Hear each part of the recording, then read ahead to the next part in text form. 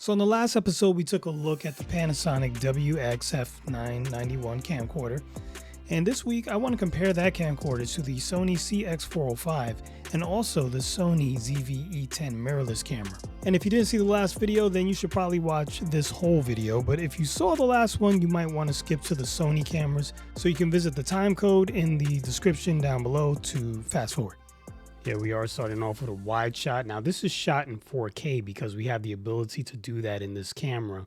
And it can shoot in 4K 24 or even 4K 30. And we can see that the shot is really good. It's very sharp, a lot of detail, good colors. Surprisingly, there's not a lot of noise in the shadows.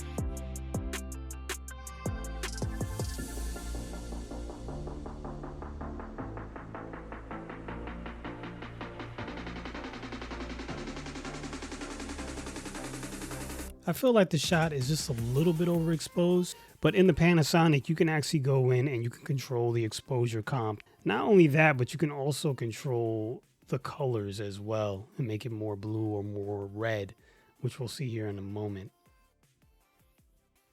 See here, it's shifted. Because it's on auto white balance, it's full auto, and it shifted a little bit and made the shot look a little blue. But I can go in and I can kind of adjust for that on the Panasonic because it has a intelligent auto plus mode, which allows you to make the scene either bluer or redder depending on your preference. And of course, if I wanted to, I could have just set a manual white balance.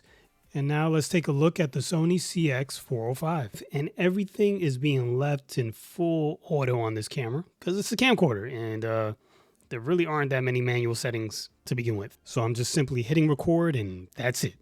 Now here's a wide shot of the table and all the figurines on it. The camera, like I said, is in complete auto. I am using the XAVC S codec in this camera, and I'm shooting at 30 frames per second. This is HD because this camera only offers HD. But as you can see here, everything looks pretty good. Maybe a little overexposed, perhaps. Now in this shot, I actually went into the camera here and I'm reducing the exposure a little bit because you can control that in this camera.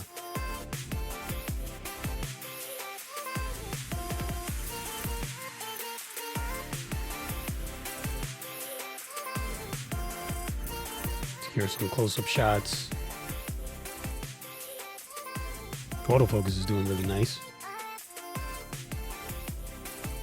And now looking at it after the fact, it probably is a little underexposed. With the Cx405 LCD screen, it's really hard to tell what you're getting until you view it back on your computer.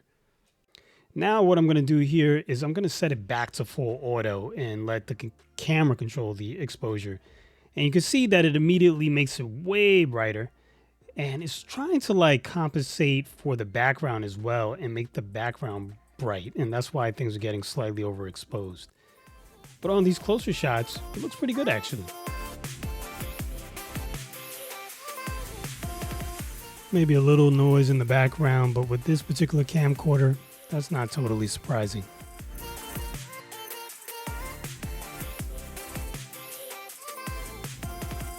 And just for your reference, here was my light setup.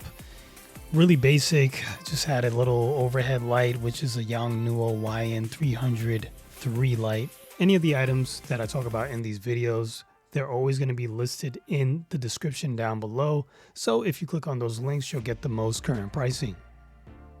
Now we're looking at the ZV-E10 and we're shooting with a Tamron 17-70 f2.8 lens, which is, somewhat pricey. I mean, it's kind of the cost of the Panasonic camcorder by itself. But you're going to get more detail in your shots. As you can see here, you'll get that blurry background going because you can open it up all the way to f2.8 and really still get a nice clear shot. And you can do it in 4K.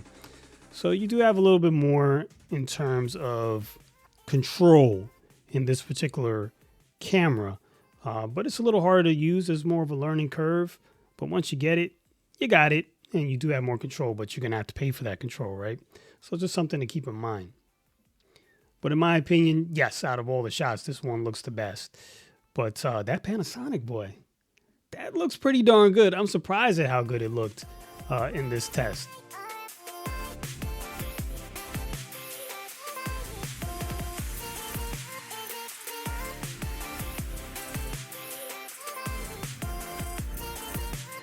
And I was also shooting in auto mode with the E10. Typically when I'm shooting with a mirrorless camera, I do not leave it in auto. I switch it to manual pretty much all the time and do everything myself just to get the most out of it. Plus it's easier to use manual modes on the mirrorless cameras.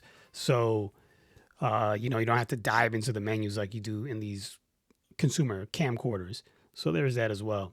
The autofocus in this camera is very good. Even when you're using that really shallow depth of field, you can still kind of control your focus by tapping the screen, or like what I'm doing here in this, I have it set to flexible AF, where there's just like a point on the screen that I set, and it's right in the middle of the screen. So anything that's in the middle is going to focus on, as you can see here. And it does a pretty darn good job at it. Oh, and please make sure you subscribe, because in the next video, we're going to take another look at the Cx405 and how you can edit internally in the camera. So I don't know. What do you guys think? Do you see a huge difference in the shots?